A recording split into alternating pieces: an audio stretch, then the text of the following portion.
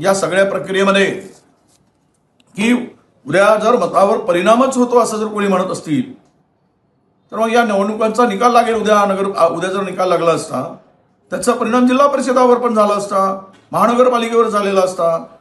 परंतु मतमोजणीमध्ये अडथळा जो आज आलेला आहे हा सगळा प्रकार मला वाटतं की इतकी लांबणीवर नेणं म्हणजे यांच्या मागे या सरकारचा मतचोरीचा तर डाव नाही ना, की ईव्हीएम मध्ये पुन्हा काहीतरी गडबड करून यांच्या विरोधात जनमानसाचा कौल जातोय.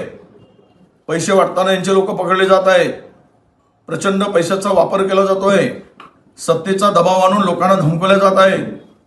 लोकांना धमकवण्याबरोबरच एकमेकाला बघून घेण्याची भाषा, कापण्याची भाषा होत आहे.